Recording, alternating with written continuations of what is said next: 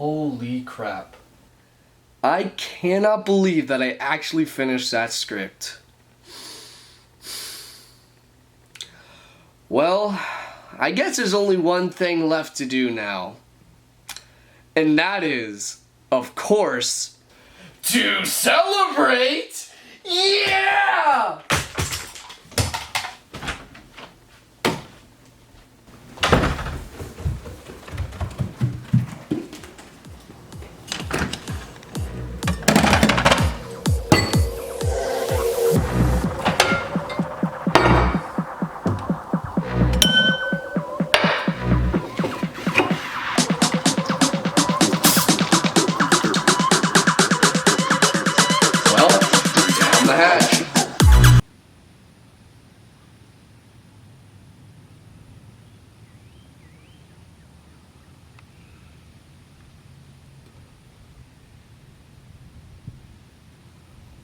Where the hell am I?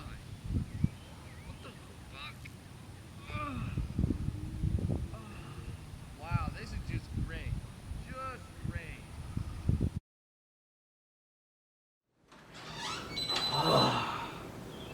Wonder what the hell happened last night.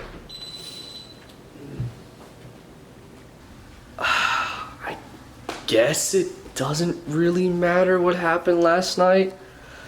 As long as I got my new video.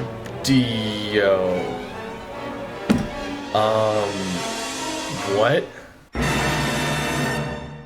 What the fuck? Where does a whole ass PC go? Did it just get legs and walk away? Oh no. That means that my script is gone too. This is why I should have saved it to the cloud.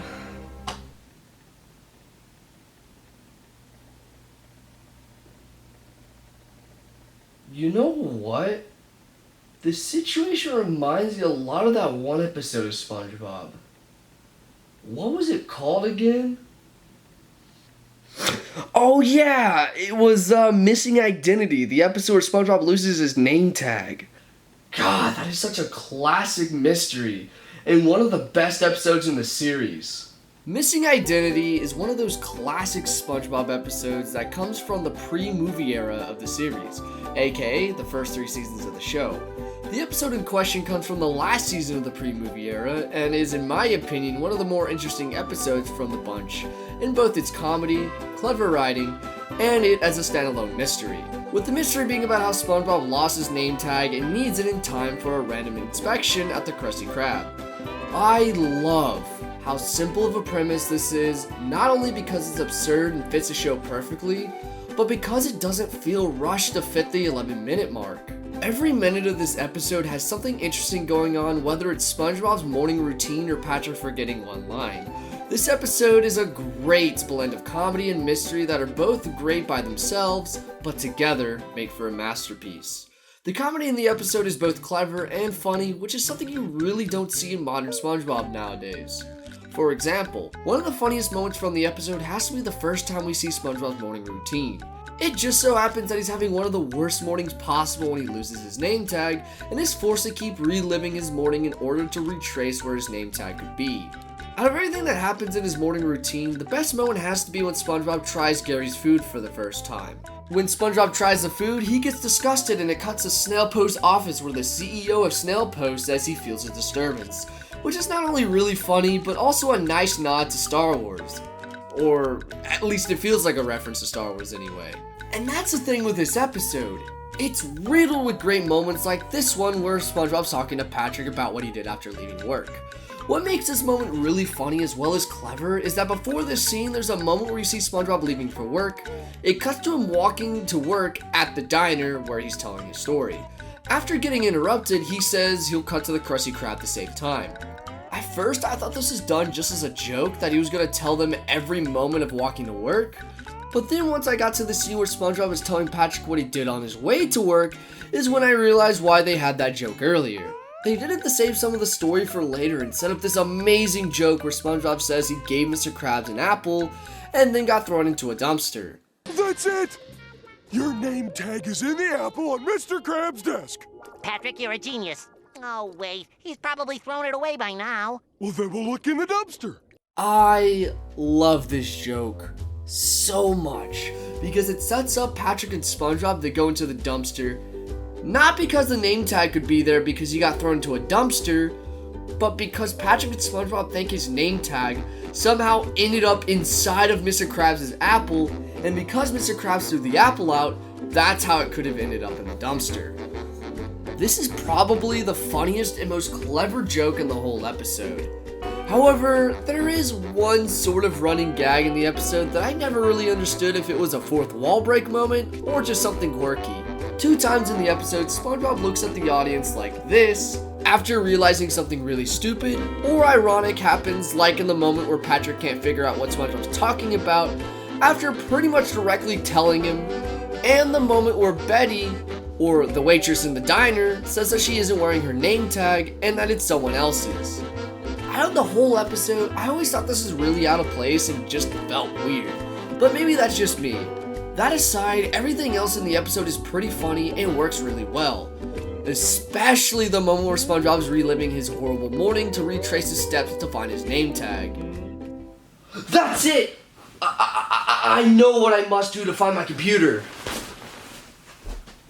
Okay, all I have to do is just do it. Everything I did last night. Drink the same amount of liquor, drink the same amount of beer, and all that good stuff. And eventually, I will find my computer again. What? Oh. Hey, what's up? Oh hey, nothing much. I just got kicked out of PetSmart. What? Why? It's a long story about how I found out my girlfriend cheated on me and I knocked over some reptile cages. What? And let out some of their venomous snakes that apparently bite some of the other customers. Anywho, that's not the reason why I called you. I called you because I was wondering if you were still wanting to sell me your old computer or not. What? When did I say that? What? You don't remember our conversation last night? You said you were sick of your computer and were looking to sell it. Let me guess. You blacked out again, didn't you? No. Ryan. Damn, the situation just keeps reminding me of Missing Identity. Wait, what situation? And what's missing identity? Oh, it's that one episode of SpongeBob where he loses his name tag. It's actually a really clever episode. That is a great mix of comedy and mystery. What's so great about the mystery in this episode is that it's so simple, yet intriguing with its foreshadowing, not so obvious clues, and clever writing.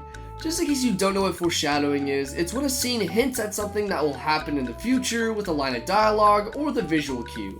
The first time that this happens is as early as SpongeBob's morning routine, during the sequence of events right after he tastes Scary's food, when he says, "Oh well, at least I'll never have to do that again." Oh, if only you knew, SpongeBob, if only you knew. That aside, this is a somewhat important line of dialogue in the episode because this hints that he will have to do his morning routine again, but first time viewers aren't exactly sure why yet. However, if you've already seen this episode, then this line becomes a joke in itself, since you already know exactly what's gonna happen. Another thing that's really great about this scene is that right after SpongeBob says this line, he gets dressed, which is where the mystery truly begins. When SpongeBob gets dressed, you can see his shirt collar right here, before he puts his shirt on, and then it disappears right after he puts his shirt on. Because he was in such a rush, he didn't notice that he put his shirt on backwards, which makes a lot of sense considering the morning that he just had. Throughout the whole episode, SpongeBob's shirt doesn't have his collar showing, which is a nice detail because someone with a keen eye could notice that and put 2 and 2 together. However, there is one moment in the episode where they don't keep this consistency, and that is when they go to the dumpster. This is the only time in the episode where you see the back of SpongeBob, and lo and behold, his collar is not visible, like it is later in the episode. And finally, the premise for why SpongeBob needs his name tag is for an inspection at the Krusty Krab. He needs to get his name tag in time for the inspection, or else he'll be forced to wear a smelly boot for the rest of the day. This is the most SpongeBob thing in the whole episode. For any normal person, these are pretty low stakes. But for SpongeBob, these stakes couldn't be higher. Because he's in love with the crescent crab and what he does for a living so much, these normally low stakes to him are extremely high stakes.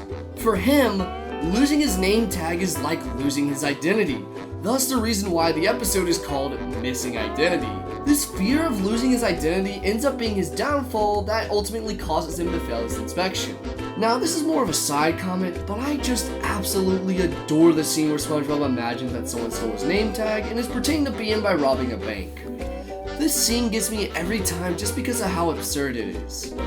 So, as you can see, this episode is chock full of funny moments and has a very charming yet simplistic mystery, which is why I think this is one of the most clever episodes in the series that is really underappreciated when compared to episodes like Graveyard Shift, Pizza Delivery, and Band Geeks. Missing Identity will always be one of my favorite episodes in the series, even if other people typically tend to forget about this episode.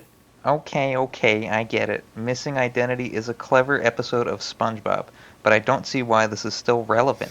And you still haven't explained what's going on. Oh, I lost my PC last night. What the heck? How did you lose a desktop? I don't know, ask Drunk Ryan. So you were blacked out last night. What? Sorry, you're cutting out. I guess I'll just have to call you back later. See you later, bye. Well, it looks like my computer's gone forever. Well, I guess I'm just gonna eat my sorrows away just like I do every time something disappears in my life.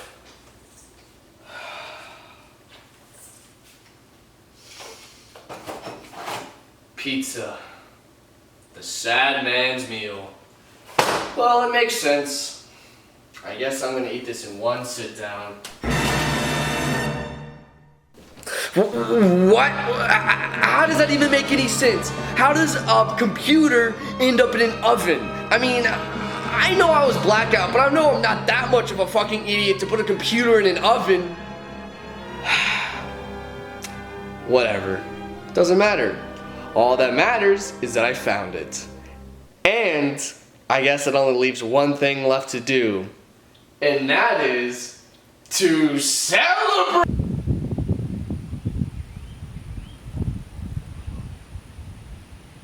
Oh, God damn.